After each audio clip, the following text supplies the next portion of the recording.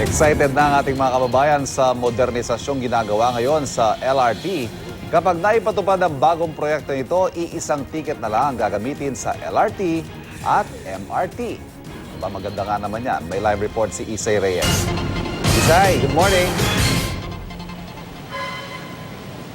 Ivan, good morning. Patuloy nga yung paglalagay ng mga contactless gates para sa AFCS o Automated Fare Collecting System Project sa iba't ibang istasyon ng LRT gaya rito sa LRT1 Roosevelt Station. At ilan sa ating mga nakausap na mga pasahero ay tila excited na raw rito. Para mapabilis ang paglalagay ng AFCS contactless gates, ipapatupad muna ang ilang hakbang dito sa LRT1 Roosevelt Southbound Station.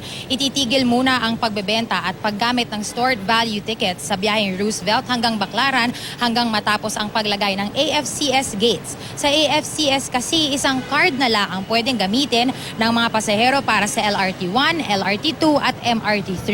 Gagamit din ng uncoded ticket na nagkakahalaga ng 30 pesos para sa single journey ticket.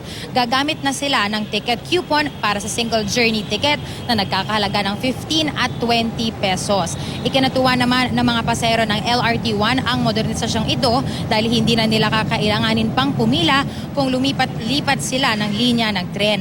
Laking bawas daw sa oras ng biyahe kung dire-diretso sila. At Ivan, ipapakita natin ngayon yung ilan nga sa mga machines no, na nakatalaga na rito sa LRT1 Roosevelt Station. Nakabalot pa ito ng plastic pero ang proseso raw nagagana dyan ayon sa ating panayam kay Attorney Cabrera, tagapagsalita ng LRT, ay meron niyang proseso na tap and go. Ibig sabihin, hindi na yan gagamit ng magnetic card. So yung mga pasahero ay kailangan na lamang dumaan dyan kahit hindi na masyado magbe-build up yung tao. Isang card lang yung pwede natin gamitin for LRT1, LRT2, pati MRT3 at ang maganda rito, Ivan, ay hindi ito exclusive na ibinebenta lamang sa mga istasyon ng tren. Pwede itong loadan at pwede itong mabili sa mga convenience stores. Hanggang ilang libo yan na pwedeng loadan ng mga tao at hanggang 4 years ito pwede gamitin nga ng ating mga pasahero. Ivan? Okay, maraming salamat, Isay Reyes.